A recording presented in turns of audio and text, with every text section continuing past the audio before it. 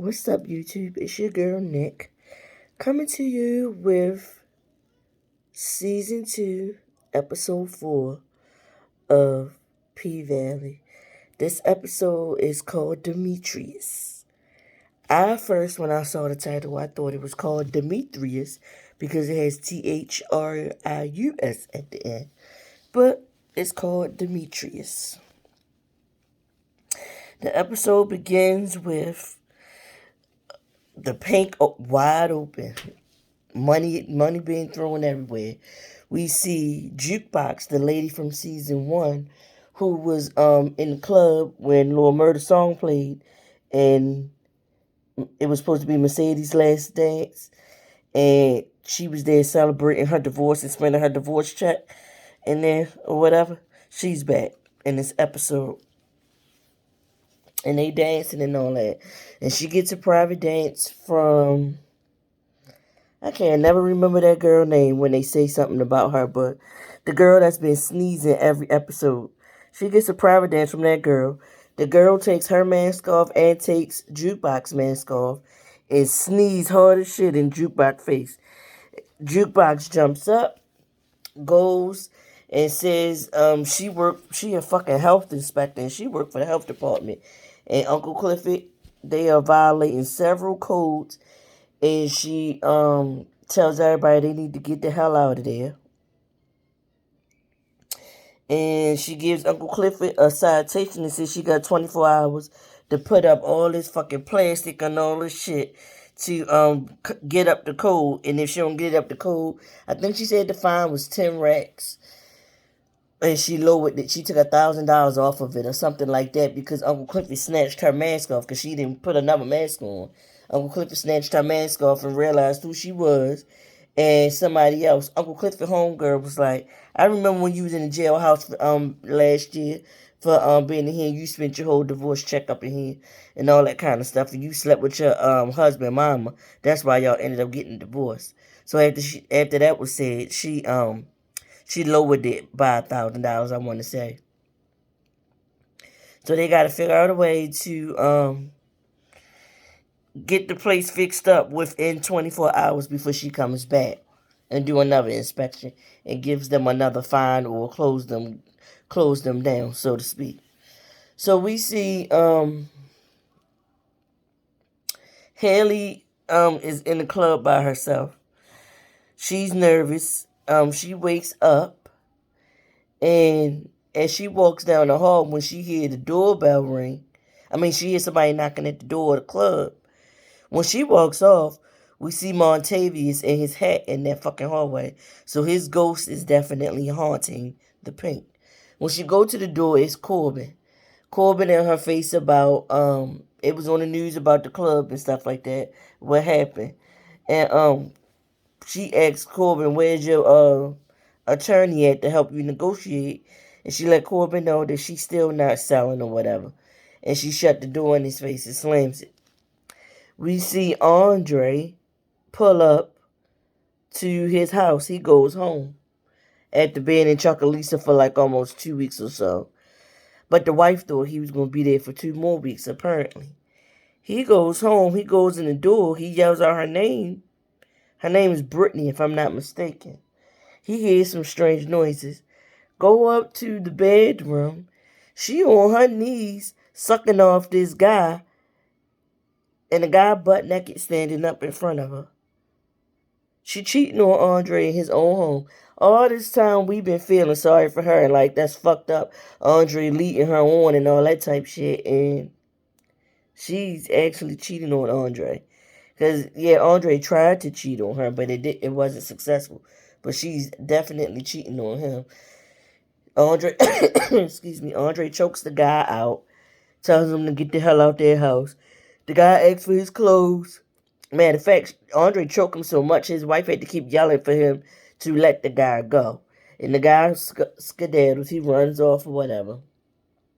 And he said that was Dante. That's the same nigga, that your parents wanted you to marry instead of some podunk city guy from a small city like Chuckalisa.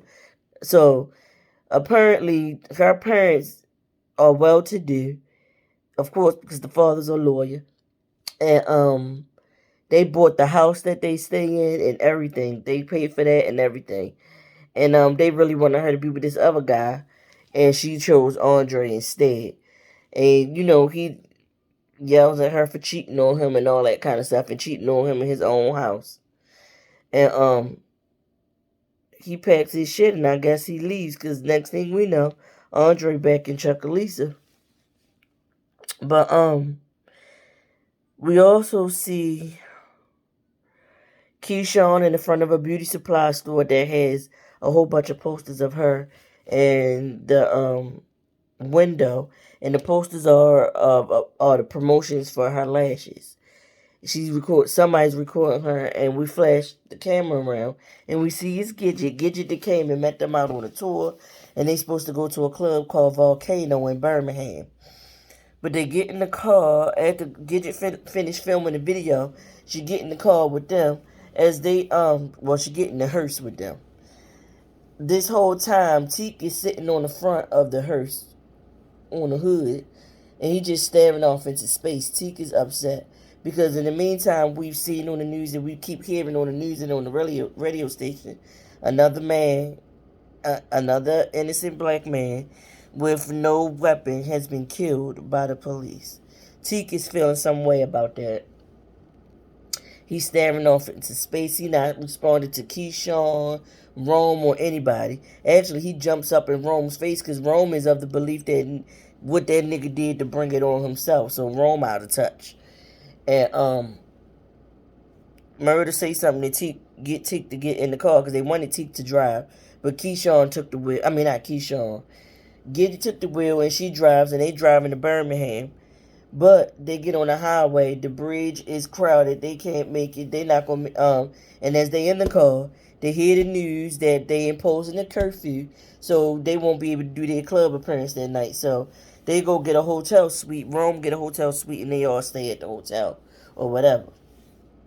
In the meantime, I forgot to mention the same night that Jukebox was in the club, right after she left, after giving Uncle Clifford them tickets and stuff like that, I mean the citation and what she gotta do to come up to code, the girl, her name is Brazil. They in the dressing area, and they said, cause on account of whatever the girl name is, they keep coughing or whatever, and that's why Jukebox kind of like shut them down and what they're going to do. And then she starts going into the fact that she put it out there that Roulette was in the back. What was she doing? Because that ain't up to code either. You breaking Uncle Clifford's rules by sucking dick in the club, because the guy definitely came up to me and said he wanted to see the bitch with the DSLs, the dick sucking lips. And we all know, look at that. That is a damn gray hair. I thought it was a piece of string in my head. And when I went to try to pull it, it's a gray. And it's just sitting up in my head. But I'm not going to pull it. It is what it is. I'm getting older. But anyway, back to the show. So Brazil puts it out there about Roulette sucking dick in the club, and what a guilty person do, they instantly start fighting. So she banged Brazil in the nose, got on the ground whipping her ass, and everybody else standing on the side looking. Somebody pulls out a cell phone and does the Keyshawn thing by recording it and uploading it on Instagram Live or on their stories or something like that. Uncle Clifford tried to break it up, but she's unsuccessful in breaking it up. So here come Big Al. Big Al breaks it up and takes Roulette into the office, tell her to set her ass down. And he said, "Who the hell taught you how to beat niggas up like that?" And she said, "I don't fight niggas, I beat bitches." So she lets him know she had an older brother, and the brother used to wrestle, and he showed her how to get from make sure she get from under a bitch or a nigga or whatever. So that's where she learned her fight skills from.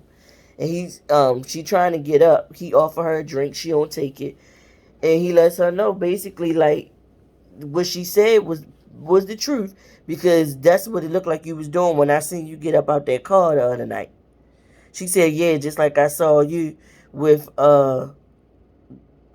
She calls Duffy Eminem. Just like I saw you with Eminem unloading that truck with them pills. So they basically know that they got one up on one another. But Big L gives her a lesson like, listen, it's best to be the finesser instead of the finessed. So I'm gonna show you something, youngin, or whatever he says to her. And also she lets she lets Big L know that her older brother, his name was no, she didn't tell him. She didn't. She just told him. He told her how to wrestle or whatever.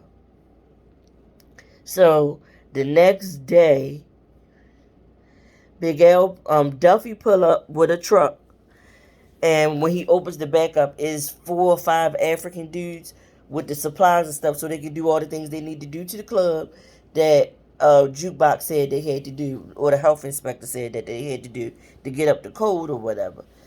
And we see the girl who keeps is Toy, the girl that keeps sneezing, whatever her name is. She come to the front and say, Uncle Clifford, and tells Uncle Clifford to come walk with her. And when Uncle Clifford go around the corner, we see all the girls around there. They there to help. And at first they said they wasn't coming to help, get the club prepared for them to be able to open that night. And who else is there but Diamond? Diamond said that's family, and he gonna do what he gotta do to help the club get up the code or whatever. So they all go in, they start cleaning and putting the shit up or whatever. At some point, Diamond goes to take a box to Big L in the back, and he comes across what is now in the red room. And he have a flashback, and next thing you know, the floor is wet. He see a hand reaching out up from the floor like this, grabbing towards him or whatever. Of course, it's Montavious ghost fucking with him. And but Big L comes into the room like, nigga, what you doing back here? And get these boxes back here. And so that takes Diamond out of his trance. And he goes in the back with Big L. He give him the boxes. They go back outside and they talking. And Big L was like, we need you to come back round here. Like, there's so much shit going on. And I don't need to be doing security. We need you for security. You can be my personal security. And I think Big L kind of let Diamond know that he doing some other stuff. He's doing some extracurriculars. And with Duffy. And Diamond like, nope, you need to get out here just like I got out of here. Even if, because you don't even know if this club going to survive this pandemic or whatever. Big Al like he ain't going nowhere. Uncle Clifford saved him from the pen. Like nobody ain't want to give him a job. He got his certification in heating and air. So he know how to work ACs or whatever. He good at that, which he fixed it in the club, supposedly. But long as the Pynk is there, he gonna be there. So he says, it's prime real estate and everything. And he don't see no reason to leave Uncle Clifford high and dry. So Diamond like, okay, but I'm not coming back here. No. It's time you look for something just like I'm looking for something else. The whole time Diamond was in there, the girls was in the club looking at Diamond, talking about how they want to fuck Diamond. And they want their chance with Diamond. I forget which one it was. She was going on and on about Diamond. I wonder if it was Toy. It was somebody going on and on about Diamond. But they ain't going to never, approach him. So anyway, at some point while they cleaning, the news comes on. We see Patrice on the news. And she protesting about what happened with the person that was killed by the police. She protesting about what's going on with the pandemic and how it's going for all the businesses and stuff like that. And she lets it be known that she's put her name on the ballot to be mayor of Chucalissa. She won't run against Wayne Kyle. While she talking and saying stuff, she like, you know how Patrice do. She get to talking and she get to preaching and she get to singing. Roulette was zoned into it, and she gets overcome with emotion. She runs to the back, to the VIP section, and she back there crying. Duffy was doing something and he heard the crying, so he went in there and sat next to her, asked her what's wrong. And, are you crying about the Pynk? What's going on in the Pynk? And she like, hell no. And she tells him that what's going on and what they watching on the news just bring up all the emotions and stuff of the fact that her brother is gone. So apparently her brother was the victim of police brutality. They pulled him over for a broken tail light or something. Tried to say he had a gun and they shot him and killed him. I think she said my brother ain't even have no gun, and she didn't even really get it out. And before Duffy was, holding her and letting her cry on his shoulder, and that's when she told Duffy that her brother name was Demethrius, and they called him Michi. So the episode is named after her brother. But like I said, it was spelled like Demethrius to me, not Demetrius, because Demetrius, I've always seen it. It never had an H in the name. Okay? So then we get back to the damn where I wanna go. No. So we go back outside. Diamond outside smoking a cigarette. He gives Big Bone the eye because he see her out there on her bike. He goes down there and speak to her, says something to her about her bike or whatever. She offers him a helmet. And she let him know the woman was in there saying all these things about him, but she ain't nothing like them, because if she wanted, she gonna go get it. They just gonna talk shit. And she basically let Diamond know, like, what's up? Like, you trying to do something? And she offers him a helmet to get on her bike with her. He like, no, my head too big for that. It ain't gonna fit me. She said, oh, you's an Einstein or whatever. And then she gave him a helmet that looks like it's gonna fit him. He puts it on and they ride off. They go into they go back into the club because they didn't put they in Chucalissa, Mississippi, but the curfew has been imposed on Birmingham where the crime happened and in Chucalissa. And so they was saying that some of them girls, they all need to just stay there so they won't break curfew, get arrested or whatever. Some people decide they're going to stay at the club. Uncle Clifford, like, we got space, we got couches and stuff in the back y'all can sleep on. And they had food and everything. They even had Grandma Ernestine up in there. And, like I said, some people left. They go to the back. Uncle Clifford showing somebody, it was two people. He was showing them where they could sleep. And they was like, look like somebody else already claimed this spot and sleeping here. Because when they went in the room, the African guy, the leader of the Africans, he popped out and he was like pointing to his thing because he didn't speak English. And Uncle Clifford homegirl, she had green braids this episode. She's been like the house mother lately on this season because Maya Tay is not back. But she said, don't y'all know how to play charades? He said he gotta go to the bathroom. So Uncle Clifford yells like the bathroom is behind the DJ booth or whatever. So he run off. And that's when she look over and see it look like somebody else already claimed this space. And they look, and that's when they all realize that Autumn been staying at the fucking club. So, and she was protesting, like she didn't want them to stay at the club, stay at night at the club. Because of course she don't want to get found out that she's staying inside the club. So anyway, we see the next day, we see that Autumn wakes up and Andre, everybody else is gone by this point. Were they? No, they weren't. People were still there. But Andre comes up to the club while they was all in there. Uncle Clifford goes up to him and says, you look like you just a man who just found out his wife cheating on him. He said, I did. So Autumn goes to pour him a drink, and he takes the whole bottle and drinks the bottle instead of drinking the shot glass.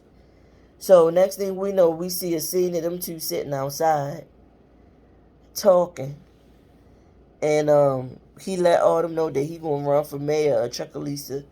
He also keep talking about selling the Pynk, and she said no. And I know if Corbin could offer me $1 million just that fast, I know them people from Promised Land can offer me way more, and I ain't leaving until I get the big dick offer that she keep talking about. all this money. She ain't gonna leave till then. But once you get that offer, she out of there and fuck what everybody else think or whatever. And this whole conversation is being heard by Uncle Clifford and Mercedes, because Mercedes is there in the office with Uncle Clifford, and they hear everything that she is saying. Mercedes takes her earrings off. She ready to go out there and beat Autumn's ass. But Uncle Clifford like, no, wait a second. So as Andre's great get up to leave, Uncle Clifford go out there and was like, your name ain't even fucking Autumn Night. Your name is Haley. And I forgot what he said the last name was. And you is so-and-so, and you trying to steal this club from me. I would have never thought that once you paid to save the club that you would turn around and try to sell it. And she said, because I'm a businesswoman or whatever. And Uncle Clifford says his piece, fussing, and walks off. And Mercedes still standing there and said, you know what? He said that about you. Montavia said she a hard person to she an easy person to love, and an even easier person to hate. Because she do that to everybody. She just steal from them. And Uncle Clifford made mention of her stealing Montavia's money and stuff like that or whatever. So let's get to like the main grit of the episode. So at the beginning of the episode, we see Mercedes. She gets a text from Coach saying that she need to come back and finish that Mercedes experience that they had going on a couple days before when she ran off to go help Terica. But he didn't know what she was doing. He said, but you ran off. I'm in town and I'm here already. Just come in. So we see her go to the condo, and she go in there. She takes her, she got some two-piece on under her jacket, and she takes it off and goes to stand by the pole and say, Coach. And you hear somebody say, hey, and it's Farrah. So first she claims that she's there to get her camera, her photography equipment that she stashed there. So Mercedes said okay or whatever. So she's still coming at Mercedes sideways about certain things, saying certain stuff. And then she gets a phone call from Coach, and he asking where his socks and stuff though he could put in his suitcase. So she tell him and she hangs up. In the meantime, Mercedes decides to get up on the pole and do some stuff. And next thing you know, Farrah pulls out her camera and start clicking away. And Mercedes like, hold up. So she read that contract really well. She was like, it's supposed to be no photographic video evidence or none of this. So why are you taking pictures of me? She said, I can't help it. My finger got an itchy, I got an itchy finger and I just like to click. So Mercedes started dancing some more, and she's taking pictures of Mercedes from all these different angles. So then she looks at Mercedes and says she wished that she could do that and be as strong as Mercedes. No, yeah, she wished she could do that. And she did say she wished she was strong enough to get knocked down and get back up like Mercedes. Mercedes said, I fall a lot. Because she asked what made her get up and run that night when they was in there. And she lets her know, my daughter, and she showed her a picture. She said she got into some stuff I had to go get her out of or whatever. So then the wife wants to learn how to do what Mercedes do. And Mercedes said, you can do it, take your pants off. So Mercedes get down and she had on like the shorts and a shirt type blazer or whatever outfit, she had that on. So Mercedes was like, your skin got to grip the pole, so you got to take your pants off, because to grip the pole, you need the skin to skin contact. I mean, skin to pole contact to work this pole. So she tried to show her how to climb up, and she fell down. And when she fell down, she tooched her butt up, and she was like, I don't have nothing to twerk. So Mercedes kind of like grabbed her in the growing area, and she popped her booty. She said, yeah, that's how you do it. Or whatever. And she popped her butt some more, a little bit. And to me, as I'm watching this, I'm thinking, Mercedes, this could be the business you can have. You could be teaching these housewives how to do what you do, you know? I mean, I know it's kind of like teaching them the tricks of the trade and to keep their husbands home, but men like to see new ass every day, so it's not going to make them not want to go to the strip club if their wives learn how to do those moves. But anyway, so she teaches her that. Next thing you know, they get to kissing. I said, ooh. Because at this point, she didn't let Mercedes know that the coach flight that he was getting on, it wasn't for him to come in town. It was for him to go out of town. So she lets her know it was me that sent you that message, that texted you to come here or whatever. And she got mad and got snippy about something because she started crying. She said, I never thought I would be crying to a stripper. That's what she says to Mercedes. And Mercedes got her ass back and said, but look who the one with their clothes off now. And then after that, I don't know what led to the kiss, but they got the kissing.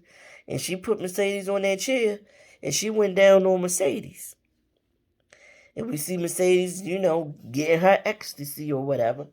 Then Mercedes wake up the next morning.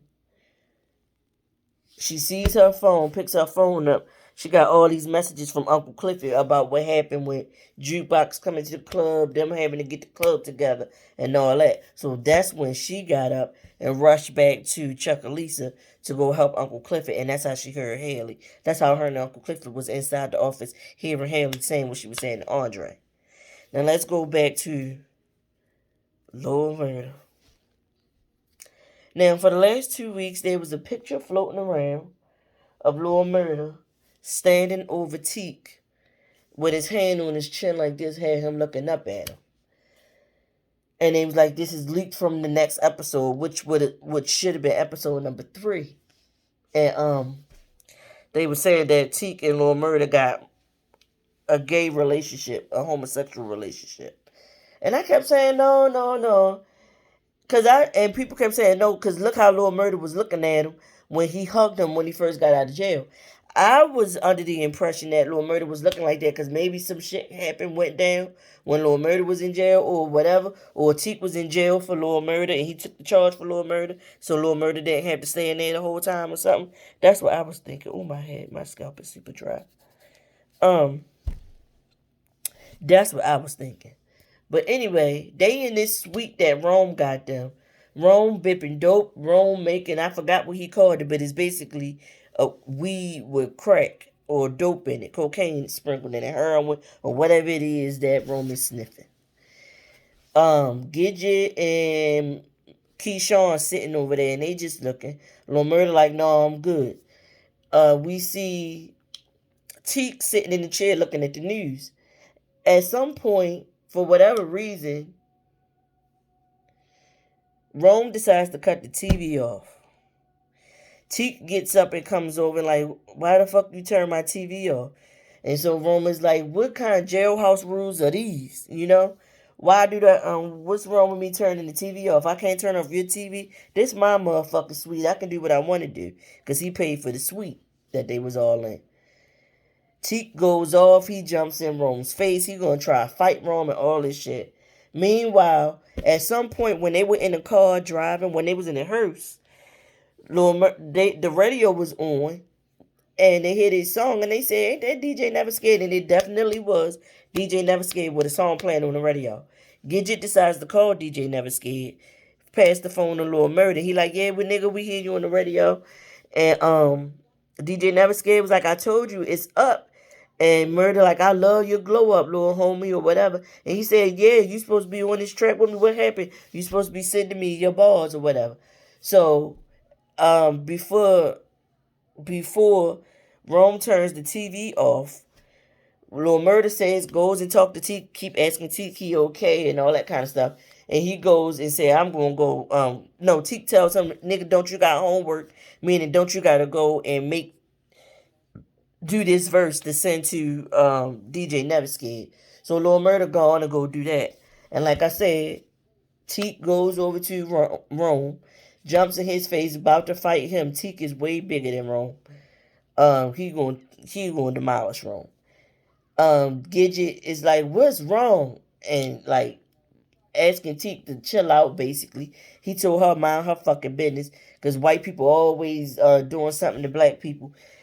Rome is still on that shit. The nigga earned it. The nigga brought it on himself by whatever life he was living and all that kind of stuff. And Keyshawn just sitting there busting out crying.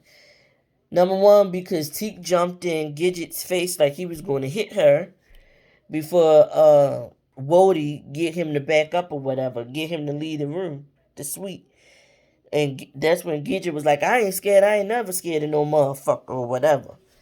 So, Keyshawn crying, like I said, and Woody gets Teak to leave that suite. Teak goes to Murder's room. And I guess him and Lord Murder was sharing a room. And he goes over there. Lord Murder is in the bathroom with headphones on, with the shower closed, I guess trying to create some kind of like acoustics or whatever. He recording his verse. Teak comes in the bathroom and start to pee. And Murder pulls the curtain back like, nigga, fuck you doing? You know what I was in here trying to do, and you messing it up. And as he's saying that, he look over and he look down at Teak's penis as Teak is peeing. Teak pees, Murder comes out the shower. Teak sits on the bed. Teak talk about what these white people do, and it don't matter what type of nigga you are, smart nigga, dumb nigga, big nigga, small nigga, good nigga, bad nigga, president nigga, they still going to see you as a nigga, and they going to treat you as such, like you're not a real person, and they still can just kill you dead in the street for no fucking reason and get away with it. Like, that shit really, really is eating at him, and it's really bothering him what's going on in the world. And he tells Lil Murder, he said he ain't meant for the outside. He don't feel like he meant for the outside world or whatever. He feel like he don't want to live, or he feels like he want to go back and live inside the prison walls. So that's when Lil Murder stands up, and Teak tells Lil Murder, you know, you gonna make it though. I know it for sure. You gonna make it. If anything else, you my one nigga, and you gonna make it. That's what he tells Lil Murder. Lil Murder puts his hand on his chin, tell him and get him to look up at him, and he says some stuff to Teak. And then he holds Teak's head, caresses his head. Teak lays his head on Lil Murder's chest, on his stomach, as he's standing in front of a Murder, caressing the back of his head, and he getting his crowd.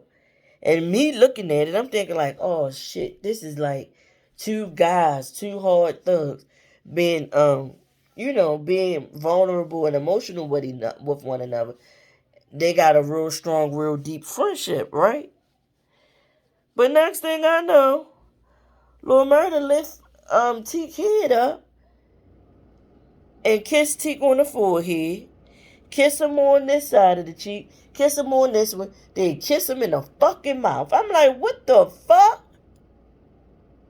Now, I ain't never been one that be complaining, like I know a lot of people be complaining about the amount of homosexual stuff and gay stuff. Well, really homosexual, because it seems as if they don't, especially men, they don't give a damn if it's women doing lesbian stuff on the show.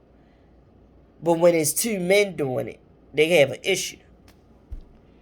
I never had an issue with that, because they need representation too, just like black folk need representation. And all the other races and all, you know what I mean? All the minorities and subgroups, we all need representation, right? But this part of the storyline, I was just like, no. Like, it was, to me, like, it was for him and Uncle Clifford to get together. I was like, all right, cool. But I just didn't want this relationship, him and Teak's relationship, to be this. I really didn't. I was disappointed. And it's not because it's another gay relationship. I just want I want Uncle Clifford and Murder together. I didn't want this relationship to be another layer on top of Murder and Teak. But anyway, they get the tongue kissing. Murder turns around and grabs a condom out the drawer, pushes his finger up at the tip part of the condom, and sticks it in Teak's mouth for Teak to wet it. And he puts it on. No, he pushed Teak's head down, and Teak puts the condom on Lil Murder with his mouth. They kiss some more, and Lord Murder, they take their clothes off, and Lord Murder is bending him over on the bed, going in. And that is why Teak is the way he is about Lord Murder, because they have a relationship with each other, a sexual relationship. And maybe Teak was Lord Murder's first man, sexual, homosexual relationship. And that's why Teak beat Pico up so quick in that bar when he said something about trade tales and stuff like that. No, when they stepped outside, he said he that Mississippi wasn't Lord Murder type, or that girl wasn't told that girl that she wasn't Lord Murder's type. That's what he did. He said the tree is type. They screw. And it's the next morning, and we see Lord Murder wake up, open his eyes. Big T already dressed and got his stuff on and leaving the hotel room. Murder needs to get up and get dressed. Murder sees he has a text from finally he gets a text from Uncle Clifford, and the text like all this is the world going to hell. It's wild and crazy out here. I just wanted to make sure you okay.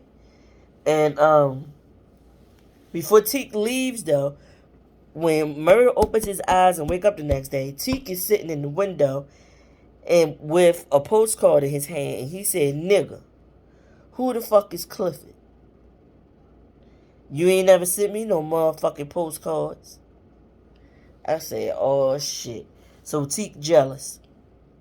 And that's when he walks out the hotel room.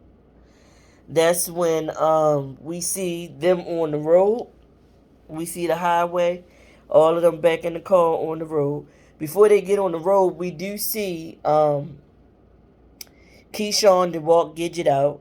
She done paid $365, it looked like, for Gidget to get a fucking Lyft or Uber all the way back to Florida from Birmingham.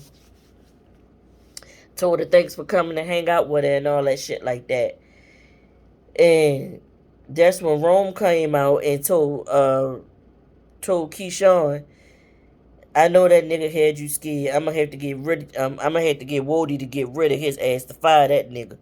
Or whatever. And he told her, "I saw you was worried, I saw you was scared, but I got you, I'm gonna protect you. So you just make sure that anything go wrong, anything you need, you let me know, cause I got you." And he give Keyshawn a pound. She also gets a text from Derek, and they go back inside the hotel, and we see that Wody was on the wall on the corner in the little alleyway of the hotel smoking a cigarette. So he heard everything they said, that Rome said. And he realized he should have been realized it. Rome don't really give a fuck about, he don't care about Lord Murder. He only care about Keyshawn, and he like, you worried, that little pretty little face crying in that little pretty face or whatever. And so I'm trying to see where Wardy gonna take it after this, because he made a mental note of what Rome just said. And when they was in the car, they said when they heard DJ Never Scared song on the radio, the thing was brought up about Lord Murder publishing. Lord Murder gonna be on the song with DJ Never Scared. He gonna do a verse, but what about his publishing and all that kind of stuff? Because how is it that DJ Never Scared and got on the radio like that fast or whatever, basically. But anyway, we see excuse me. We see Andre pull up to Tydell's house, and it is Tydell, not Clydell. Somebody else that I was watching said Clydell, and they said the name wrong. Or even somebody in the show called him Clydell. But then I think it was Corbin said Clydell, and it's really Tydell. But anyway, Andre pulls up to Tydell's house, and he goes in, and he see one of the sons carrying some shit. Then another son come past carrying some shit, and he goes and sees that the room basically empty. They done moved all this shit out, and the baby mother said,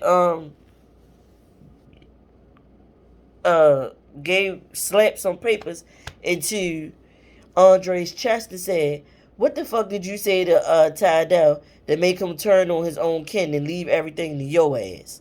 Or something. And she walks on out the door and he reads it and it says, "To my godson, I leave 732, whatever the street name is."